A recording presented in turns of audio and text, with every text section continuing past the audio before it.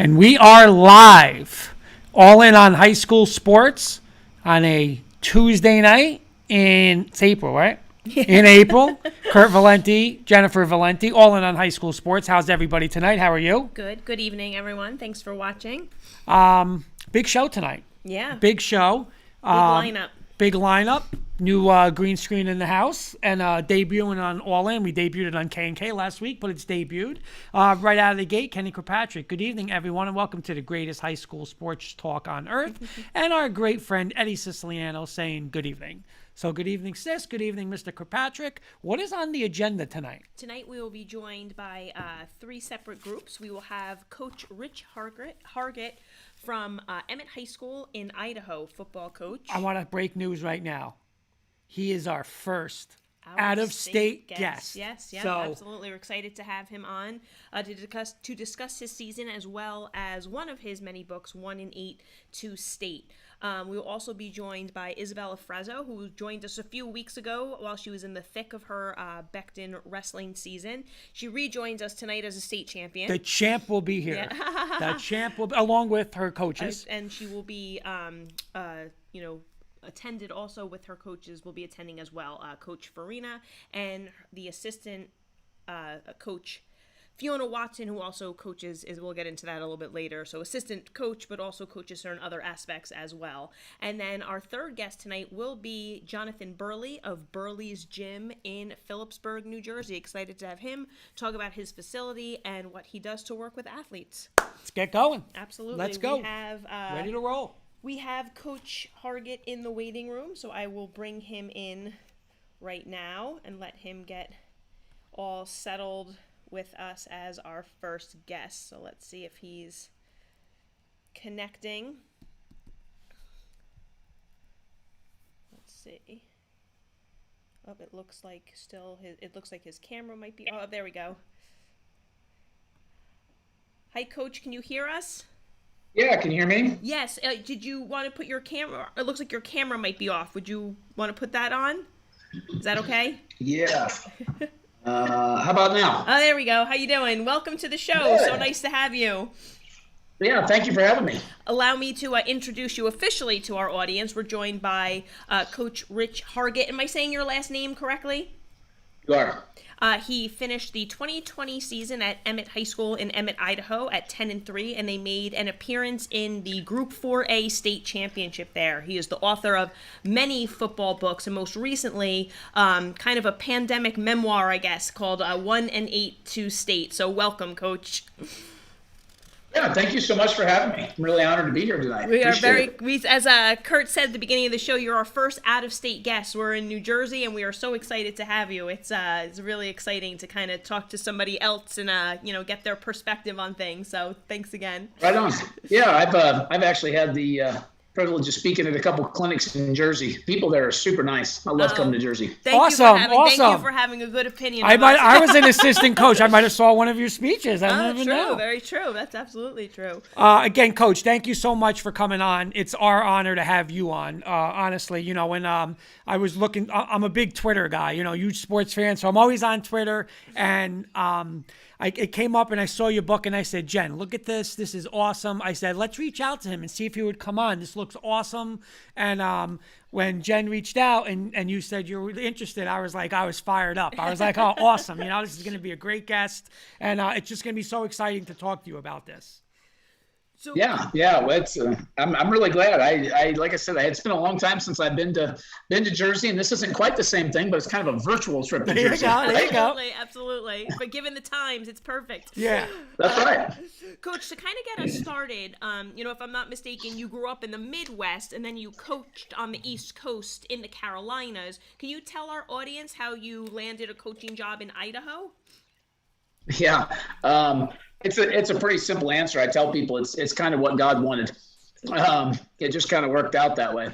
I grew up in a really, really small town in the Midwest, and my wife and I decided we were going to move to the Carolinas, and we were down there for, 12, 13 years, and had a blast down there. I had both of our sons down there. They were both born in the Carolinas, so they're both Southerners. And then we were looking at moving west. And couple schools that really well and had nice facilities and had everything set for them, offered jobs, and just never really quite felt right. Things fell through or it wasn't quite a fit. And then one of my surface to air system clients actually said, hey, there's this little school in Idaho named Emmett that needs a head coach. Would you apply there? And I said, I've never heard of that place. And they said, Emmett or Idaho? I said, yes, neither. never been either one. Pulled up a map and was shocked to find out how far left you have to keep going to actually find Idaho. I'm like, okay, there's the Rocky Mountains. And I'm like, oh my God, you got to keep going, right? And so he applied me. We did a Skype interview, much like this. And I got off of it, and I told my wife, I'm like, wow, that went a lot better than I thought. And a couple days later, they called and offered us the job, and we flew out there. And as a Midwesterner, it was really cool because having never been to Idaho, I didn't know what to expect. But it's basically a bunch of rural agricultural areas, much like the Midwest where I grew up, but they're snow-covered mountains almost 10 months out of the year. And so you can drive from my house. I live in the desert, but you can drive an hour from my house, and you can be in the snow. It's really wild. Yeah. And kind of drop down over this little hill or mountain peak, and bam, this valley opens. It's got snow-covered mountains, and I'm like, oh my God, sold.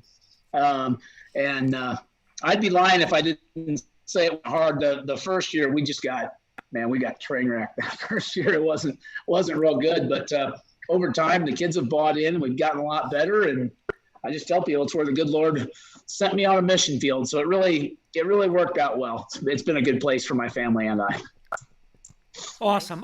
We got a comment from one of our great friends, Kenny Kirkpatrick, saying, Coach Hargitt, welcome to the show. And he's from Southern Maryland. So he's saying hello from Southern Maryland. Yeah. So tell him I enjoy Marylanders too. So I guess that you kind of talked a little bit about my first question. Emmett was, and again, it's a little different in Jersey because it's like we have one level here. So Emmett, I believe, were quote unquote state champs, but in a lower level. What was it, like the 3A division or conference, however you want to say it? And then they get bumped up to the 4A. So can you explain to our audience a little bit about what the football program, where it was at when you got to the head coach, and where you wanted to bring it when you became the head coach? Yeah. So they were the largest school in 3A in 2015 and had actually won a state title. And the cutoff is like 650 kids, and Emmett had like 649 or whatever, right? Like they were just barely below. They'd had a lot of success. They went to 4A. The first year they were okay, and then just got buzzsawed. And throughout their history, it kind of been up and down. And so when I took the job, it was really they did a heck of a sales job. All right. They told me all about all these good things. And, we won a state title in 3A. We're going back to 3A. It's a guarantee we're going to 3A. Yeah, not going back to 3A. Told me there'd be plenty of money. There was $604 in the bank account. Told me that we had plenty of coaches. What they didn't tell me is the head coach had been fired. They had an interim coach. The coaching staff had pretty much mutinied or been fired. They were all gone. They were now the smallest team in 4A. They were broke. Everybody was double their enrollment, and they had not lifted weights in a year. But other than that, they were pretty damn truthful. Okay, they hit a few details in there. I took over. So I moved out here. My family and I, we drove 2,600 miles, I guess it was, in a U-Haul. Got here on June the 10th and started practice the next morning. Wow. And, we had no real weightlifting program in place. They only had like 8 returning seniors. And we just got absolutely obliterated. And I didn't know. I was naive. So we go into the first game and people are like, oh, it'll be all right. We'll figure it out. We got 69 points hung on us the first week. The next week, I think it was 68-0. And I was praying to God a meteor would just hit me on the sideline about half the game. Because I'm like, what have I done? Right? I've moved my family 3/4 of the way across America to just get absolutely obliterated out here. And so we barely win a game. I mean, and I do mean barely. I don't know how we didn't go 0-9. So the off season comes around, my first off season, and I told the school, I'm like, yeah, this isn't going to work. We're going to have to get a weights program installed. So they made me the director of the strength program. We started getting kids in the weight room. We started playing a lot of younger players. The next year we go 3-6. We lose our last game, and that last game kept us from going to the playoffs. So we're right on the cusp. But our JV was 500. Our freshmen had a winning record. You could see some things improving, and then just bam, COVID hits, right? And the thing that was really exciting about all that is I just sat our kids down right there before we went, and nobody knew. So we're like, okay, COVID break. It was right before spring break. I'm like, oh great, we'll get 2 weeks off instead of one. This is gonna be fun, And so I sat the kids down and I said, look, I don't know how long this is gonna take, but I said, you guys had better keep your act together and keep lifting weights, or we're not gonna be competitive.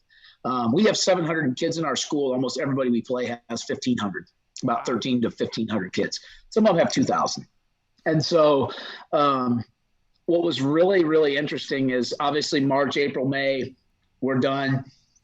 Kids are having to lift virtually. We had kids going out and pulling tractor parts off their tractors and curling them and squatting them and bench pressing them and all this crazy stuff. Well, our superintendent clears the way for us to come back June 1st. I lifted the kids for 1 week and tested them. And I told them all along, I said, if you guys can't come back close to your maxes, we're not going to win. So we come back and we max test the team 2 weeks back, and 93% of the team could do 95% of their maxes on bench, squat, and clean.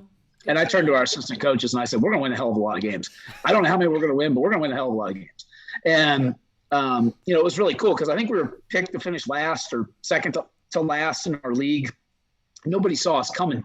And we had a game in the first week that was canceled, so we had to get a new opponent. Well, we ended up getting a really good team. We played terrible. We got beat. We came back the next week. We're 0-1. We upset the number 3 ranked team in the state.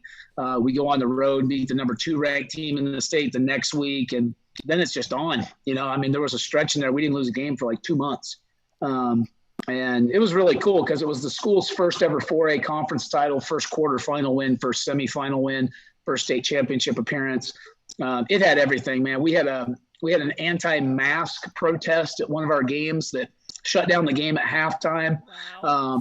You name it. We had a really tragic event. One of our players was battling depression and took his own life the day of our game to win the conference title. Wow. So they moved the game to the next night. We played it in a 30-degree windstorm with sleet and won it 21-17 and took his jersey out to midfield. And you name it, man, it seemed to have happened in that season. So I was just so proud of our kids, what they accomplished. And, now the program is in obviously a lot better situation. And, I think we've got a lot of room to still grow. And obviously it hurts to lose the state championship game, but nobody thought we'd be there, including me. I didn't think we'd be there. I thought we'd be a playoff team, but never in a million years did I think we'd take that run and play for the whole thing. That's awesome. A couple comments from Coach Coyne, assistant coach here in Clifton. I coached with him at St. Mary's in Rutherford. His comment is weight room. Well, Great job, Coach. That actually was my next question. I'm going to piggyback off of Coach Coyne's. You mentioned in your book, Coach, 1 and 8 to state how important the weight room is, and not just for getting bigger, faster, and stronger, but even that like camaraderie aspect and how you had your kids enrolled in like a class where like most of them were taking it as like a class. And could you elaborate a little bit, even like the feeding them of the peanut butter and jelly sandwiches and the milk? It was an undertaking for you guys, but it paid huge dividends. Would you mind kind of elaborating on that? Yeah, people talk about culture all the time. That's a buzzword that people like to throw around. Everybody's got that kind of, this is our culture, this is what we do. And I tell people, I said, I don't know what that means. What I know is when you take young men and you put them in adverse situations, they survive it and they accomplish in it, they get better. And then they just refuse to accept anything other than that standard. So if that's culture, then I guess that's what we've tried to build. Our kids are very, we're like a 60% free and reduced lunch school, very high poverty area. Our kids just didn't eat enough food. And so we got a bunch of parents together. They've donated a lot of money, donated a lot of food. And so we feed our kids peanut butter and jelly sandwich or 2 or 3 or 4, because now we've got the program kind of going, and milk every single day. And the weight room experience, my first year when I got there was like 20 kids in weightlifting class. My second year, we got it up to like 85% of the team. And then this off season right now, there's 100% of the football team. We have a school of 709 students, and 92 of them play football, and all 92 are in weightlifting. That's great. I would like to say that's negotiable or that's voluntary. They are voluntold to be in weightlifting. They don't resist. Like there's no argument about it. They just know. Their parents know. They expect it. One thing I'm really excited about is now we're kind of moving on to our other sports, and I'm actually going to start a female-only weights class for the first time in school history. Oh, that's awesome. So that we see the same thing happening for our female athletes. But, the things that we do to those poor kids in the weight room, I tell people all the time, I'm like, I wouldn't want to do it. Like the kids, we're in there doing this one kind of lift they really hate called the squat thruster. And the kids are like, Coach Hargitt, what was it like when you did these squat thrusters in high school? I said, we never did those. I said, I'm not dumb. There's no way I would do those. I said, that looks horrible. And they're like, what are we doing them for? I said, because you want to win. That's it. You don't win bad enough. And so, they just work. People talk about it all the time. The work ethic in America is this and the work ethic's that. And, it is. I guess there's a lot of problems in our society. All you got to do is turn on the news and you see it. But I can tell you this, there's also a hell of a lot of young people that are selfless and work hard and can adhere to a standard. And I get up and go to work every day, and I get to see those people. I get to see people that sacrifice their blood, sweat, and tears for a higher standard, a higher expectation, a goal they've set. And, our kids are not and I tell them this all the time. It almost sounds insulting. I don't mean for it to be, but I tell our kids all the time, I said, y'all are not very good. You're just not very good. And I said, you're not very tall. You're not very fast. You're not very big. You're not very athletic. We signed 0 Division I kids in 3 years. I moved here from the South. We had 3 or 4 on the last team. I said, you're not better athletes, but you are phenomenally hard workers. I said, you work harder and have a better standard of work ethic and culture and integrity than anybody we play. And I tell my kids, I said, one of you is better than any 3 of the guys on the other team. And they believe that. They embrace that. And I said, what I told our kids going into this season, I said, we're not better physically and we're not better talent than anybody else, but you better damn well pack a lunch, because when you play us, we're going to leave bruises on you. It's going to be a physically unpleasant experience to play us. And there was a point in the season where on average about 3 to 4 kids on the opposing team could not suit up the week after they played us. Wow. And our kids have they got that little dog to them.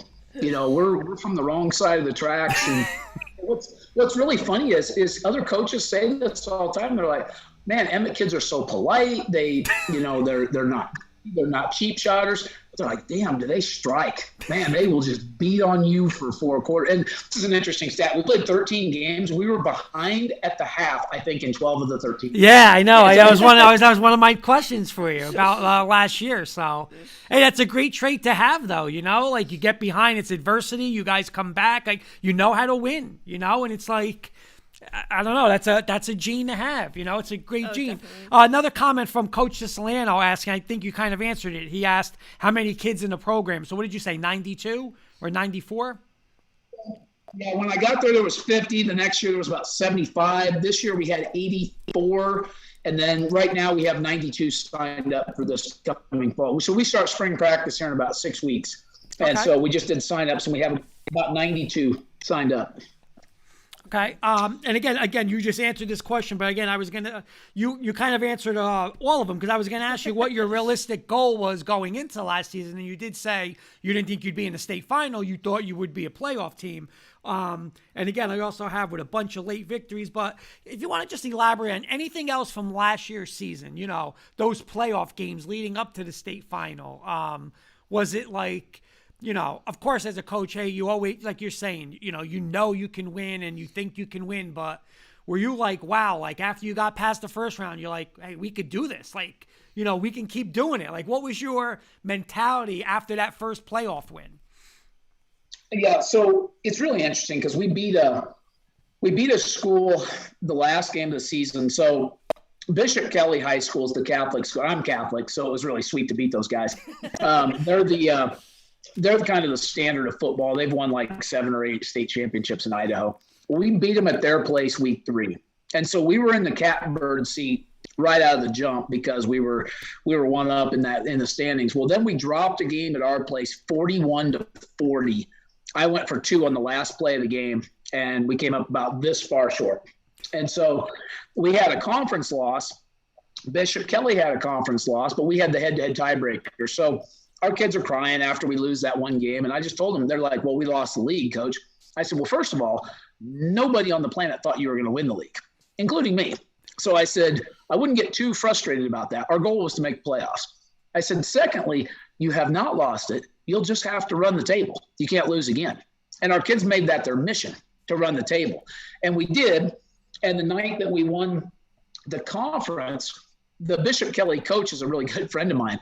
And he called me to congratulate me. He said, I really didn't want to lose the conference championship, but if I was going to lose it to somebody, I'm glad I lost it to you because I really respect the way you run your program. And that meant a lot to me. And so my goal for the postseason, and I told my athletic director this, I said, God, I just don't want to be the first team in our league to get beat. We won the league. I don't want to be the first one out because our conference, the Southern Idaho Conference, is kind of considered the best top to bottom 4A conference in the state. And I said, we finally win the league. I don't want to go out and lose in the first round and embarrass the league. I said, I understand we're not going to make it to the state championship. We won't be the last SIC team standing. I just hope to God we're not the first one bounced. And so we go out, we win our first playoff game. And that night, one of the other teams, there was 5 of us in our league made the playoffs. So 5 of the 16 teams in the state playoffs are from my conference. And so one of them gets beaten. I'm like, yes, we're not going to be the last. We made it. And so the next week, we have to play the number 1 ranked defense in the state of Idaho, Blackfoot High School. Well, I turned on the film, and I turned it right back off. I turned to our coaches. I said, we're going to get our ass whipped. These guys are way too good. We don't have a chance. Well, as it turns out, we're driving down. We QB sneak on 4th and goal with a minute to play. We're down 27-26. The whole quarterback's body's in the end zone. We're like, woo, I'm walking down the field, like touchdown, we win. They signal first down the other way with a minute to play. So they get the ball, they get in the shotgun, they're 5 yards deep in their own end zone. We send everybody and we nail them for a safety. Oh my God. Seconds and win 28-27. So the next week, oh yeah, you can't make this stuff up. Like Disney needs to be called about Seriously? this, right? Oh my gosh, that's crazy. That's why you write a book. Exactly. There you go. That's it. So we go to the next week, and we're at home. I forgot to mention, because we're the 2 seed in the playoffs. So all these games are at our place. And we've never even won a home playoff game before. So the next week, we have to host Century High School out of Pocatello. They've got like 4 Division I starters. Well, they get off their like immaculate charter buses that cost more than my school does. And they're walking. I'm 5'7", okay? Like, I am a hobbit. I am a bad Lord of the Rings chapter, okay? I'm a really short guy. And so these kids start walking by, and they're all like 6'4", 6'5", 6'6". I'm like, oh, my God. I can't even see the tops of these people. And then their coach comes walking in, and I'll be damned if their coach isn't like 6'6". He's huge. I look like his son. And I'm sitting there, and I'm like, I said, Coach, I said, congratulations on your win tonight. And he goes, what are you talking about? I said, Coach, I said, one of your guys is 3 times the size of all of mine. And so we go out, we start playing, and we're behind, obviously. And we're in the 4th quarter, and they call timeout. And I call my quarterback over, and I said, look, the same play has worked 3 times. I said, but on this next time I call it, I said, the game rides on it. The trip to the state championship now rides on this last play. I said, so you either score and we go to the show, or you'll get tackled and we'll go home. I said, it is what it is. I'll love you either way. I said, run. I said, if you see daylight, run like hell, because I said, you're literally running for the state championship. And bam, he pops through the A gap, and he's 61 yards to the house on the next play. Well, they get the ball back. They drive the length of the field. Clock's running down. They're out of timeouts. They snap the ball. They heave it for the end zone. Our safety steps in front of it, the 1 yard line, picks it, and runs it back. Oh my God. It's just insane. Yeah. And then we went to the state championship game, and we got pretty well waxed. The team in the state championship games won 8 state championships. They're the winningest program in state history, and they beat us by 3 touchdowns. We had the lead on them early, and we all got excited and thought we were going to be the Cinderella story. And then we got our slipper taken off and beaten with it. No, they definitely. But the thing that I took solace in is I told my wife this. I said, "Thank God we didn't lose by a point." Because I would have never been able to. I always, you know what? I always say that. I always say that. Yep. There's no I can't sleep on this. Hey, they're the better team. You lose, that's it. There was no debate. I mean, you watch that play, it's like, yeah, they're better. They deserved it. Coach, we're going to roll into a little segment we call Rapid Fire. These are some quicker questions where just more fun. Some are football based, but some are a little more fun. Not that football isn't fun. I don't mean to imply that, but off topic, I should say. So you're going to start us off. Yeah. Well, again, he might have answered this one already with the quarterback keeper you just said. My question is going to be, what was your best play call ever, either as a head coach, offensive coordinator, one that stands out? So in the game that settled the conference championship, the wind's blowing 30 miles an hour in the quarterback's face. It's 3rd and 9, and we're in a 4 tight end set. And we boot to the quarterback's wrong-handed side and throw the pass into a 30-mile-an-hour wind to a kid that didn't catch a pass the entire season. And his only catch wins the conference title. They never saw that one coming. No. Another comment from our good friend Kenny Kirkpatrick. He said, amazing run, coach. Congrats on an amazing season. And he's saying, Kurt, let's order a couple books for K&K giveaway. That's our other show, so we got to get in touch with Coach and get some books. Yep, definitely. My question for you, Coach, and it could be at Emmett, it could be in any place that you coached prior. Your biggest win, what would you say your biggest win was? I think I'll stick with this season because it's easier. The biggest win is definitely beating Bishop Kelly at their place. That was the second time our schools beat them in 30 years, and only the third time in school history. And we've been playing football for almost 100 years, so that was big. And the coach is a friend of mine. Really respect him. So nice. And I have to follow it up with toughest loss. Toughest loss. Man, that is a tough one. Probably toughest loss was 2 years ago. That last game that kept us from going to the playoffs. Our kids had worked really, really hard, and we had the lead early and then squandered it and lost. And to see those kids dejected and going home, but the positive was I think it fueled their fire for this year. But that was definitely up there on the toughest loss list. Nice. All right. We always ask this question when we have a Jersey coach and we say, what's the best pizza place in the area and stuff like that. So we're going to do a little different with you. What's a typical traditional Idaho meal that if someone from Jersey went down to Idaho, you would definitely suggest?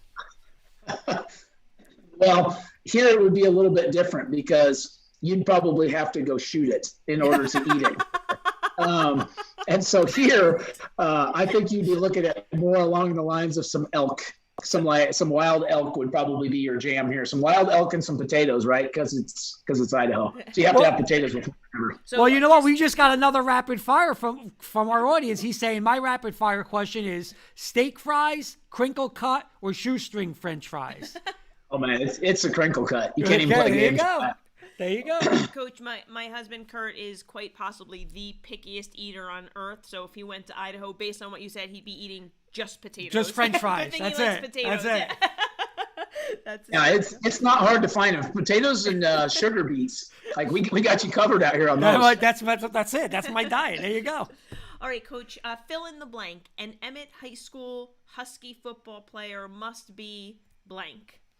Physical. Good. Okay. Good one. Favorite NFL? What's your favorite NFL football team? The Packers. All right. Are you going to give me – I'm a diehard Bronco fan. Are you going to give me Aaron Rodgers after next year? Yeah, take him. Oh, okay. Let's talk about that one. You two can make it happen. Well, but another question. Should they have kicked that field goal last year or should have went for a fourth down in the NFC Championship game? Well, here's my simple answer to that. Who do you pay more money, a field goal kicker or a quarterback? I know which one I'd rather have the ball with the game on the line. There you go. All right, Coach, and our last rapid fire is a quick one. Nike, Under Armour, or Adidas? What's your preference? Well, it would have been in years past. It would have been Under Armour. In the South, I was an Under Armour guy, but we just signed an exclusive deal with Nike, so now I'm all in on the check mark, I guess. Nice, there you very go. Nice. And real quick, Coach, I got a minute left. if you could just plug your book and just tell us about the 1 to 8 to state book. Yeah, it's a simple read. It's only a little over 100 pages. It's available on Amazon.com. And it's really just the reason I wrote it, simply put, is I wanted to encourage everybody out there who's thinking about giving up and thinking about how tough their situation is to understand a lot of times your greatest success is coming right around the corner after the darkness seems the worst. And so it's really just a book about optimism and keep plugging away and keep fighting for what you believe in. Awesome. Oh, great summary. Yeah, I have not finished it. I'm about, I'd say a good more than a third of a way through. It's been a fun read, very fun read. So just, former coach and reading about your season, your experience, it's been great. Thank you so much for joining us. It was an absolute pleasure to have you on. I hope we get to stay in touch and maybe catch up with you during your season. Yeah, anytime you guys want me to come back, I'd love to come back. Just keep awesome. in touch. I appreciate you having me here tonight. And you know what? I love Coach. I don't want to say I didn't want to cut her off, but I was an offensive coordinator. I know you're an offensive guy, so you can definitely come on the show anytime. We could talk offense, or we could just have an offensive night show. That's all we got to do. Hey, if you want to talk multi-personnel grouping, pro style spread, and RPOs, I'm your man. I love it. Well, I love it. Coach, you have those books. You have those books available as well. You have multiple books. Am I correct? Right, that you have on that. Yeah, my high school English teacher told me I'd never write anything that anybody would ever want to read, and I got her proven wrong because that was book number 16. They were wrong. Exactly, yeah, they were wrong. Very nice. Well, lots of luck, Coach, on both ends, the authorship and of course the coaching. It's been an absolute pleasure to have you. Thanks so much. Awesome. Thank you so much. Thanks, Coach. Thank you, Coach. Bye-bye. Good night. Good night. So big thanks to Coach Hargitt, our first Absolutely making history on All In as our first out of state guest. It was a pleasure to have. Kenny's saying, Kurt, we got to get Coach Breslin on that. Yeah. That'd be great. Offense, defense, shootout. That would be awesome. Have to get the boards up. They can both have their boards. Absolutely. We actually have our next guests ready to go. We have two of the three. Should I let them? Sure. Yeah. Absolutely. And then we can let our third guest as they come. So we'll just let them get in. As we said, we will be welcoming to the program, re-welcoming, is that a word? Hi, Coach Farina, how are you? And Izabella Frezzo, thanks for joining us again, guys, and welcome back to the show. I'll just reintroduce you to our audience. Coach Daniel Farina, the varsity coach at Becton High School for wrestling, and one of his senior wrestlers, Izabella Frezzo, joins us again. This time, she joins us as a state champion. So, Izabella, congratulations to you. Awesome accomplishment. We love that you came on with us to talk about it, and welcome to both of you. Thanks again for coming on. Thanks so much. Yeah, again, congratulations, Coach, for obviously being a head coach of a state champion. And, of course, Izabella, congratulations, plentiful of being a state champ. And I'm going to start with you. Can you give us a quick – by the way, following you on NJ.com was awesome with the video. The tweeting was awesome. And Coach Farina was great with the keeping everybody updated absolutely. On Saturday of what was going on. So I remember texting Jen, hey, she won. Coach Breslin saying, oh, you got to get her back on. I said, we'll be reaching out to Coach tomorrow. We got a comment from a Jay O'Driscoll. Congrats, Izzy and coaches. So, Izabella, if you could just give us a quick recap of, I don't know if you want to go from regions. While you're speaking, I'm just going to let Coach Watson in. I'm going to let her in as well. If you want to just, recap from your regions, or more importantly, even Saturday, like that state championship, those, the semifinals and the finals. If you want to just give us a quick recap. Well, the matches were the two matches that I had at the states were actually the two matches that I had at the regions. And, they definitely came with different game plans, but so did I. So it was definitely a little bit of a different match for both of the girls, but it ended up being two really good competitive matches, and that's what I really like. At the state level, that's what you want, especially. Before I get to your next question, Isabel, I just want to welcome Coach Fiona Watson. How you doing, Coach? Thanks so much for joining us. Thank you for having me. I'm excited to be here. Awesome. Thank you, Coach. Thank you. Izabella, can you explain to us, how did it feel for you, if you can put it into words, to stand on that podium as a state champion and as Becton's first state champion in the history of the program? Honestly, I wish there was a podium this year, but I guess COVID, there really was no podium. So they had to have an announcer announce the state champ, and it was really great to hear my name and then receive the award and then the bracket, which was empty unfortunately, but it was a really cool experience. And I was really excited and shocked, not shocked by the fact that I won, but the fact that it kind of all happened so quickly, and the season went by so fast, and all my hard work paid off. So it was really it all just happened so fast, but it was really cool. Okay, I'm going to go to Coach Farina on this. Again, congratulations, Coach. Two-part questions. How does it feel to be head coach of now a state champion?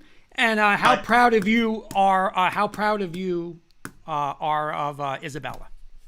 Well, I mean, first of all, Izabella has been the model of what commitment to hard work is all about. 2 years ago, she came off of a season-ending injury that actually required Tommy John surgery.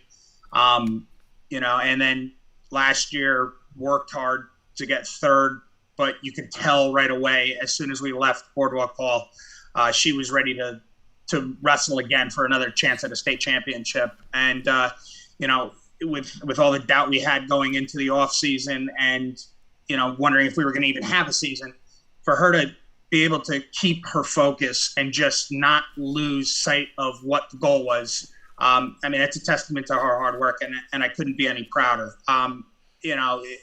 When it comes to me saying, how do I feel about being the first head coach of a state champion at Becton, I'm happy about it, but it is a collective effort. I don't think Izabella Frezzo gets to where she is without the help of my assistant, Fiona Watson, or her club coach, Dave Cordoba, and just everybody along the way that was supportive.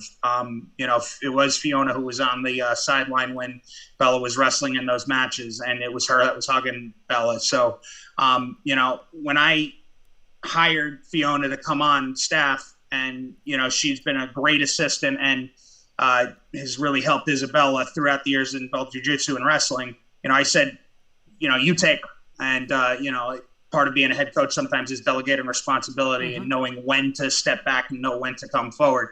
And, it paid dividends, and I'm very happy with the results. Nice. Very nice, Coach.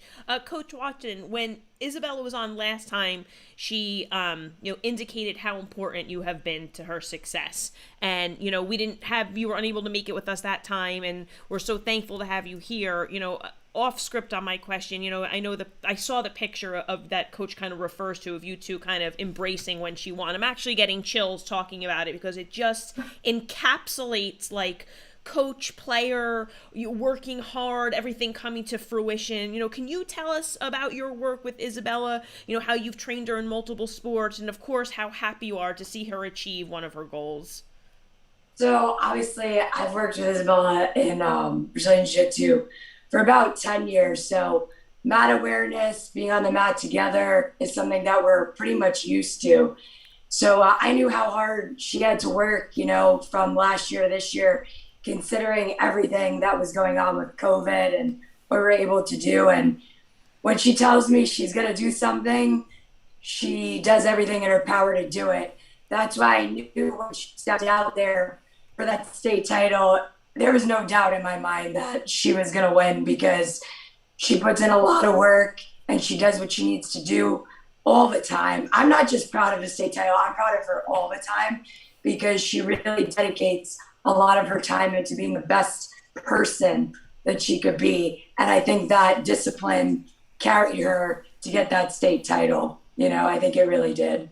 That's great. By the way, Izabella, we're going to go off script a little bit. We just purchased a green screen that tonight's our first night, and we have our all-in background, but we also, you can't see it now, but if you go back and watch the show, you're actually in our green screen background now. It's pretty cool. You're like our first athlete to ever be on the green screen. So yeah, when you rewatch, I think you're pinning someone in the background. Yeah, you're pinning somebody in the background. Kenny Kirkpatrick saying congratulations, Izabella, coaches, and everyone associated with Becton High School. By the way, green screen working very well. See, so Kenny's watching it. So, Izabella, my last question for you. You've achieved all, well, let me ask you this. Have you achieved all your high school goals at Becton, by wrestling?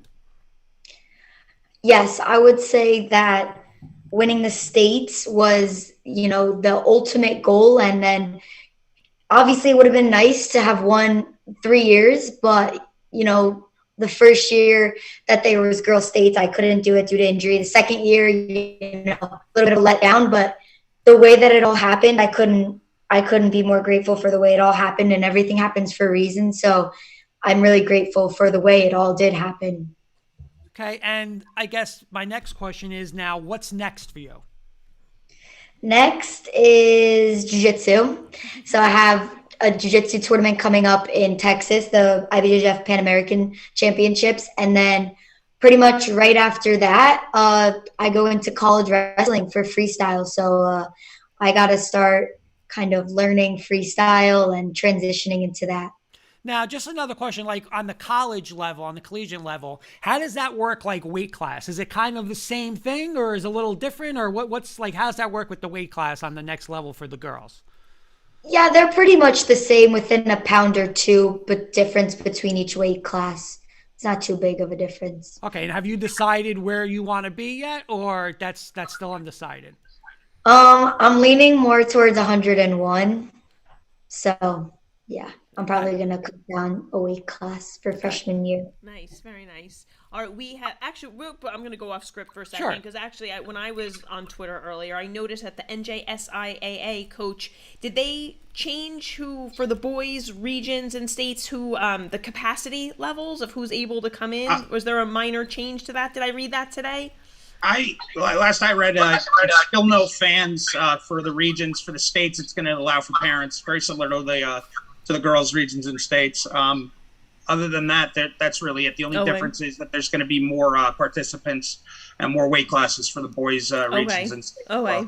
So, okay, I was unsure. I figured I would go right to the source and get the up to the minute details on that. All right, we have one. Well, let me grab one more comment from Coach Jay Longo saying, "Congrats, Izabella and coaches. Best of luck and continued success in college and beyond." Very nice. Becton support system there is awesome. I was telling Coach Shay in the text, "What a year for Becton, right, Coach Farina?" I mean, it's like, But again, I know I said this last time, but the atmosphere there for their athletes and how they support each other is so nice, and it's so evident. So how was it for when Izabella, when you won?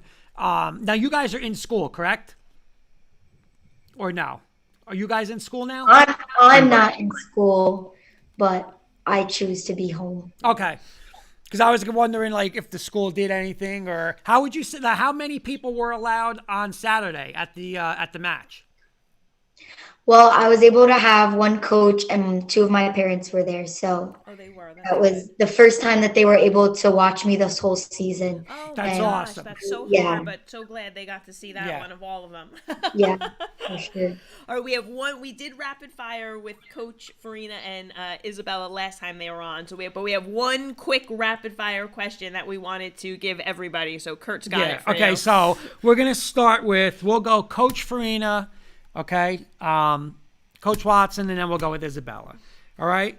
We would like each one of you guys to show us, like demonstrate, what your reaction was when the buzzer struck 0 and Izabella became state champion. So you got to kind of just reenact it for us. So Coach Farina, you go first. Holy blank, she did it. Those are my exact words. There you go. Fiona? I kind of just covered my face and kind of started crying a little bit, because I was really proud. Awesome. And Izabella, what about you? There was a photo of me like this, like I can't believe, and that's exactly how I reacted with my hand, like, oh my God, I did it. That's awesome. See, that's awesome. Yeah, that's great. It's, you know what? That's going to be something you guys remember for the rest of your life. Like that, like just like you're saying, what Coach Farina said, like that's going to be in forever. That's So- awesome. Thank you guys for taking the time to come back on. We really wanted to celebrate Izabella and your program for this awesome accomplishment. Hard work truly does pay off, and as you guys all said, it's a team But you know effort. what? Now, Izabella, you got to get the next East Rutherford, Karlstadt, that next Becton girl ready for, like we said, like, you're a legend, Pass you the know? torch, You're yeah. a legend, you know? Like, they're always going to go and say, hey, who was the first state champion, you know? And they say Absolutely. Izabella Frezzo. Like, it's going to be like, who wants to be the next Izabella now? So, hey, come back years, you know, later on and get the next one. So... No, but it was awesome. Thank you guys so much again, Izabella. Congratulations. Coaches, congratulations. You Thank guys you. are welcome anytime Thank you. on the show. Like Jen said, we wanted to get you on, get you the recognition again. And we were pulling for you. And I just remember I was were texting her and following, I said, hey, she won. And that was it. The next thing was like, we got to get her back on. So thank you very much for coming back Thank on. you guys so much. Thank you very much. Appreciate it. Great No time. problem. Bye, guys. Thanks Thank so much, you. guys. Thank Have you. a Take care. great- Take care. Bye. Again, congratulations to Izabella and Yes. the entire Becton. Again, I keep saying it. There's just something special, and I feel like that this season There's or a this Trellis year, Anderson saying, congratulations, Izabella. that this year for that athletics program, in kind of what Coach Hargitt was saying, like in the face of adversity, so Yeah. many things, but they had such a great You know what it athletic is though year. too? Like I know we're saying it, and before we get our next guest, but you know it is like how many like younger girls look up to Izabella, and Yeah. it's like I want to be like that. You know, I want to do that, and not even like just the state championship portion of how successful she was before that, but now even as a state champion, Of it's course. even like you know she's a role model to those people, you know, to those And young we did- players, we, you know, I young know wrestlers. If anybody didn't see her on last time, we talked about the fact that she's, you know, a trailblazer in the sport and at her school specifically, definitely. Yep. So a job well done to her for sure. I'm going to let in our next guest. We Okay. have Jonathan Burley of Burley's Gym joining us. So we'll let him get connected in there. Let's make see his audio is on. Hi, John. Can you hear me? Yes, I can hear you. How you doing? Thanks so much for joining us.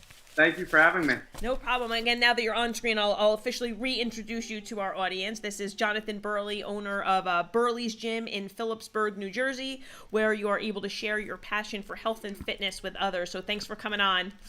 Thank you for having me. Thank you very much, Jonathan. Can you give an overview of what Burley's Gym is all about and what you guys have to offer?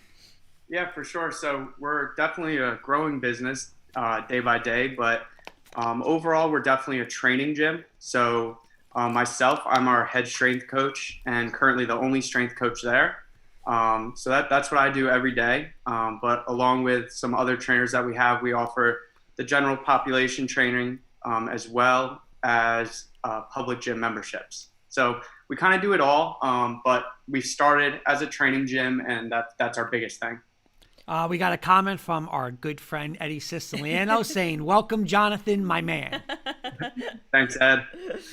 We had to give Mr. Sis a shout out. Yeah. He's responsible for getting us in touch He with Jonathan Burley. So thank you for that, Sis.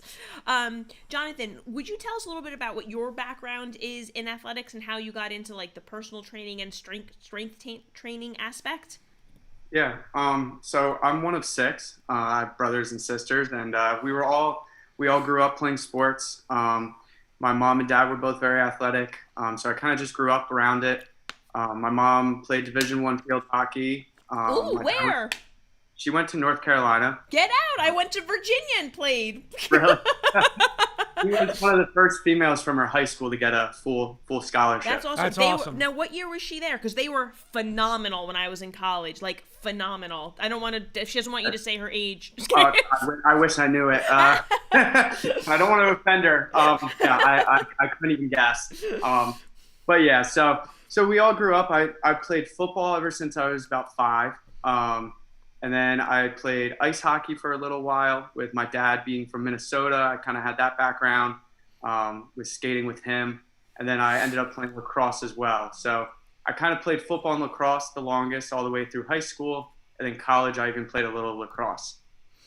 Nice. We got a requested comment, and I got to read the comment if it comes in. It says, "Can you ask John if he wants to buy a duck, please?" That's from Nick Moose. Unbelievable. I should have shared this link with some of my clients, huh? I have to read it. Oh, too funny. I'll get you back tomorrow in the weight room, Moose. There you go. There you go. But careful, right? So Yeah. you mentioned you're in the Phillipsburg area. Who are some of the teams or individuals that you work with? Yeah, so I'm from Easton, Pennsylvania. When we got married, we moved over here into Jersey. So we're on the border of Easton, like 5 minutes away. So I have a lot more Lehigh Valley people. So a lot of like Easton and Parkland, schools like that. I train a lot of individuals though. I don't have many full teams. I just train a lot of one-on-one. So it's a lot of just kids on all different sports, all different teams that are just looking for extra work. So I train, closest to me here is obviously Phillipsburg High School. I'm starting to train a lot of the wrestlers, especially from that school. But it's a variety for sure. Jonathan, I'm just going to go off script for a second. If your mom went to UNC, are you a UNC, like, do you root for them in sports? I'm just curious. I don't. Oh, I don't. I don't even think she does really. Okay, but... I was just curious. We're Yeah. going to go a little Roy Williams there if you did to see what you thought of that. Just curious. Yeah.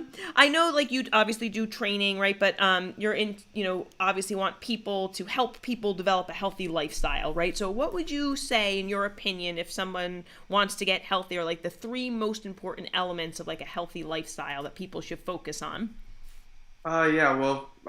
For starters, I would definitely say it's exercise, some sort of exercise, not just the weight room, anything, So exercise, diet, and then it's really just balancing it all. And those are the 3 that we try to preach every day or try to help where we can. Obviously, exercise is my specialty, and then I'm not a certified nutritionist, but we do try to help where we can, and then we try to help balance it and live your life, have fun, enjoy it, and just balance it, both of those. Okay, so my next question is, I'm very interested in this question because you speak to trainers and they tell you, you can have this, you can have that, whatever, and you use the word diet. But again, if someone who just wants to get started, whether they're an athlete or like our age, I mean, I'm not saying we're old, but we're not athletic, we're not high school age, we're a little older, but we want to get back into the gym, we want to lose a little weight, we want to go on a better path. What would you say are 3 foods to concentrate on that, to really say these 3, what are 3 foods that you would really say, hey, eat blank, blank, blank, and then what are 3 you would say, stay away, stay away, stay away? Well, my diet myself is not the best, and everybody knows that. And I compensate that with exercise. I'm working out nonstop, or I'm in the weight room working. My wife, on the other hand, is the diet. She's great with meal prepping and all that. So I kind of see both, and we try to work together, obviously, to make it work. But I would say the 3 that I would say for somebody to eat or try to eat would be, I always try to throw in fruit of some sort. I feel like that's just an easy one, and everybody's busy. Nobody has time. So fruit is always one that I try to push. Also, I do have my own protein line that I sell at the gym, but just protein in general, a shake of some sort, which is pretty affordable, and almost everybody has it, just maybe not taking it.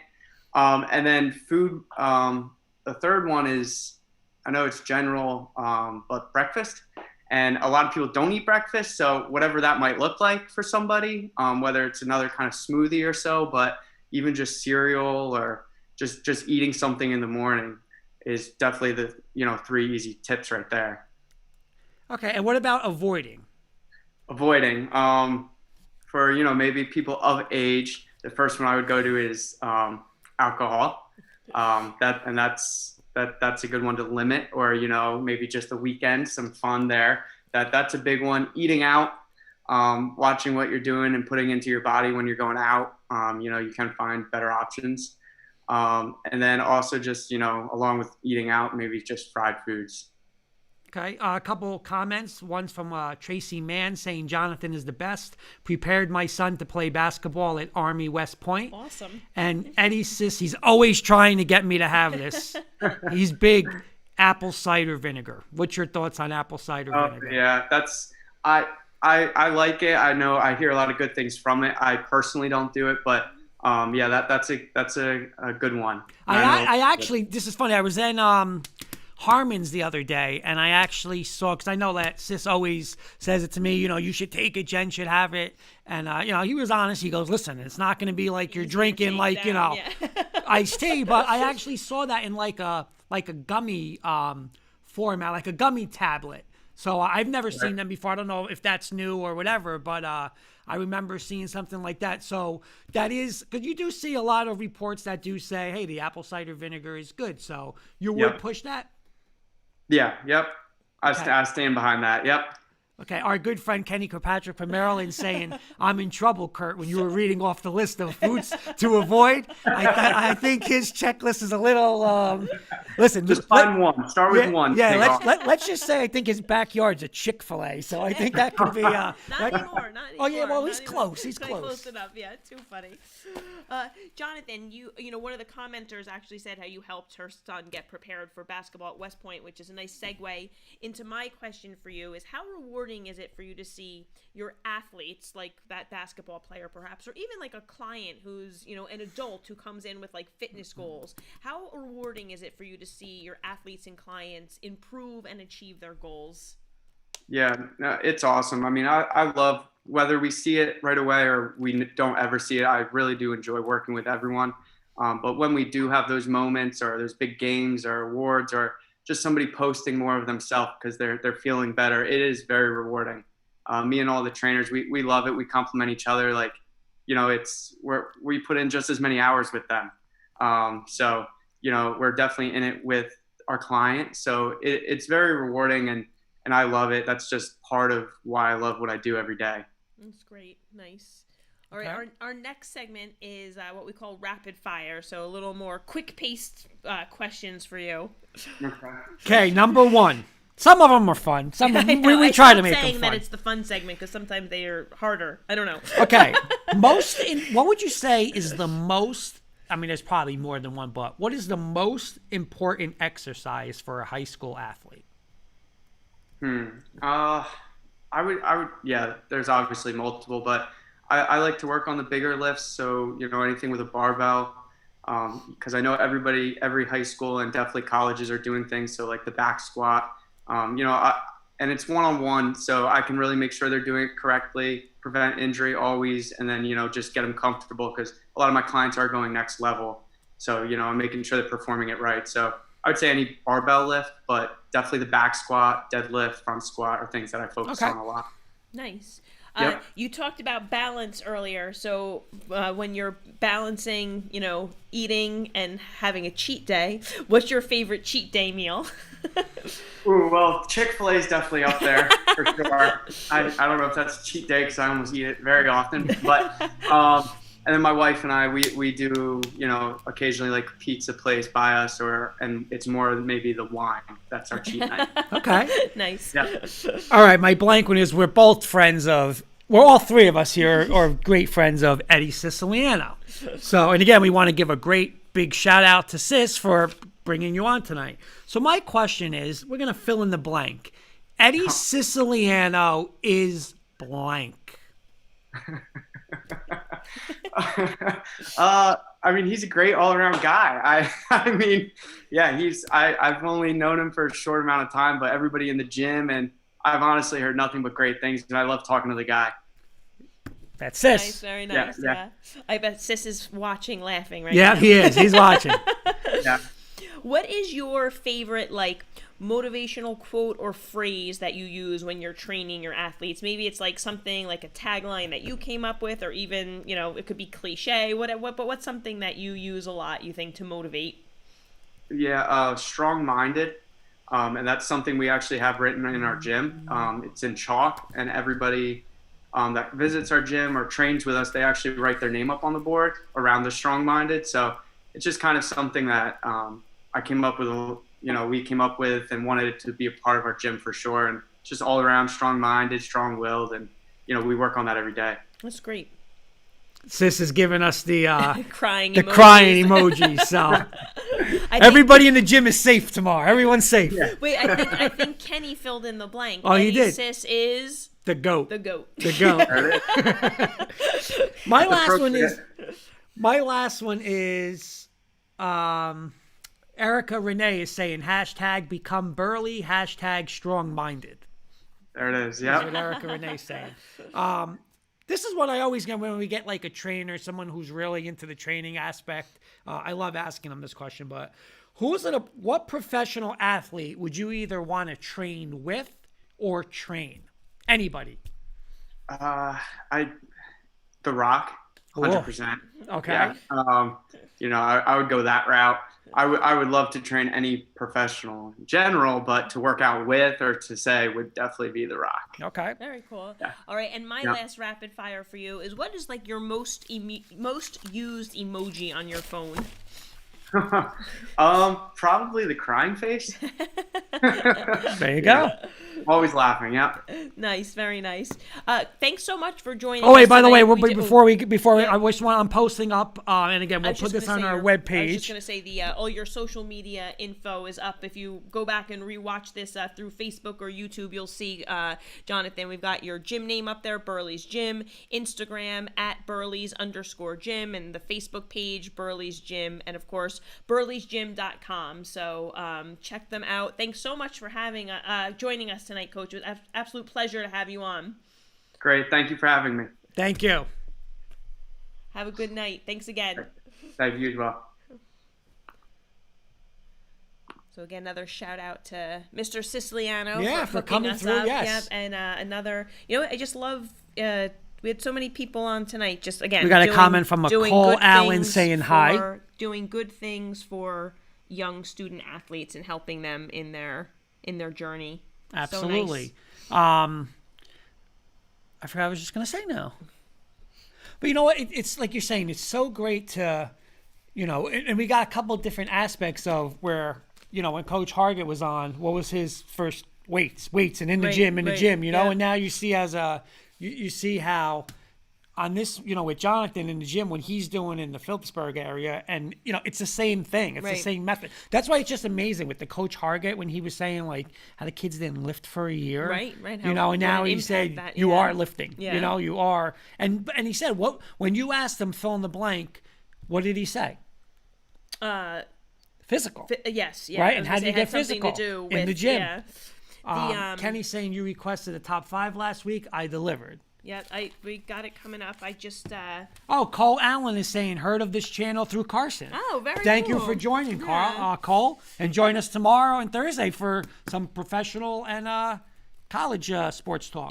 With the weightlifting and Jonathan Burley's comment too, and Coach Hargitt having his kids take like a class with him, is that the importance of doing it correctly. He's saying Jonathan was saying how he's there with them and he's making sure they're formed, because you can hurt yourself, So again, these kids, weightlifting, yes, important, but doing it correctly, even more important. And you know what? You look on any level, like we talked on a high school level. We talked with Jonathan about, but you watch Bill Parcells in the Giant film, and Kenny would probably know, or sister would know, and it's proven where he's saying in front of the thing, that's why you lift all those damn weights, and like it's true, because but once it comes down to it's 4th and 1, season's on the line. Listen, there's no gimmicks. What are you going to do? We're going to run the ball down your throat. Can you gain the yard? Who's stronger? You're going to gain that yard? That's what it's about. All right, Kenny's top 5 of the show for this week for Kurt is the top 5 public school football programs in North Jersey in the last decade. Okay. So that's the 2010s, basically. All right. North Jersey, top 5 teams. Public schools only. If you have any guesses at home, don't write them yet. I already saw Kurt look at the comments to see if he could get them off. I'm just said yup. We all know that he's gonna look for an out here if he doesn't get them all. Thank you, Kenny, for another top 5. North Jersey. So I'm gonna have 3. Who do you have so far? I have Ramapo, Heights, and Wayne Hills. Okay. Do I have any of those three? I'm not telling you. We're not doing it that way. Nope. Okay, so public schools. I can't throw them in. I was going to throw Rutherford. Okay. And one more. Am I 4 for 4? Did you look at my sheet? I didn't look. You know I'm 4 for 4. Yeah. I think Kurt gets 3 out of 5. My last one's going to be North Jersey, right? Yep. He's trying to buy himself No, time, no, Kenny, no. by repeating I can't the think question. of the team. I can't think of the team. Oh, Coach Breslin. No. Oh my God, Coach Breslin. DJ's the coach. What's his name? Jen, we went to see him. Okay. All right, go ahead. Start from 5. Go ahead. I'm going to go Ridgewood. Well, my 5 and anywhere. I'm going to go Ramapo, Ridgewood, Hasbrook Heights, Wayne Hills, Riverdale. Okay. Kenny, you were right. He got 3. So the correct answer is Ridgewood, Old Tappan, Yep. Wayne Hills, Yep. Ramapo, Yep. and Montclair. Wow. Thomas McGuire said Glen Rock. I was going to go Rutherford too. I'm shocked with Heights and Riverdale, but I'm shocked with Heights. I think they won 3 state titles in a row. No, 3 out of Kenny, 10. great question, as always, with your top 5 there. That was great. Thank you, everybody, for watching this evening. Thank you to our guests for coming on. We had a jam-packed show. Thomas McGuire say DJ Nymph. Yes, yep, that was it. That was it. Riverdale. That was on my. I'm shocked they're not on that too. Yeah, thank everyone again. Yep. So thank you to Coach Hargitt from Idaho, Emmett High School in Idaho. Thank you to Coach Farina, Coach Watson, and Izabella Frezzo from Becton High School Wrestling. And thank you to Jonathan Burley from Burley's Gym. Great guest tonight. It was a pleasure. And thank you to everybody for watching. We have one more comment from Cole Allen. Have you heard of Blair Woods High School? Great football team near us. Cole, reach out to Carson. Yeah. We would love to get them on the show. Cole, if you don't mind, reach out, get our information. I'm guessing Cole's in the Carson, the Michigan I area? believe it's in the Michigan. Okay. And Thomas is also saying you guys are honestly doing a great job getting so many kids noticed. so nice. The newspaper isn't what it used to be when we grew up. Yep. This show gets kids' names out there. This show is always awesome. Thank you, Coach McGuire. Thank you for the compliment, and that is our goal because Yep. we want to get the programs and the kids the notoriety that they deserve, and we agree tenfold that it's a shame the coverage in the newspapers is. Oh, look at this. Cole saying it's in Virginia. Oh, nice. Very nice. Cole, All if right. you want to reach out, get in touch Yeah. with Carson, get in touch with us. We would love to do Yeah, something. absolutely. Like I said, Coach Hargitt was the first out of state yes, tonight. yeah. So and what a great and story. Emmett. What a great story that he was, obviously his book 1 and 8 to State retells it, but to have him on and talk about it, and I think so many people can relate to that, Yes. like so many things were happening every time we talk to a coach and what they went through in the pandemic. I feel like we always learn something new that somebody had to overcome, and it's part of athletics that teach you those life lessons, so just really, really fun to have our guests And on my tonight. last thing with Coach Hargitt is, I don't know if you saw my face, but he said, when you want to go RPO formations, and I was like this. Do that. We could do that 2-hour show. We could do that. Kenny's saying we got to get Coach Breslin on to defend it, but let's go, awesome. baby. Yeah, let's that go. would I'm be in for good. that. That would be. We'll get all the boards on. We'll have the green screen board. Breslin will have his board. Coach Hargitt will have his, and let's go. But great show tonight. Yes. Yep. Till next week, you. thank everybody. Call, work on that high school team in Virginia. Absolutely. Thanks to everybody, to our guests. Special thanks to Mr. Sis. And we'll see you guys next week.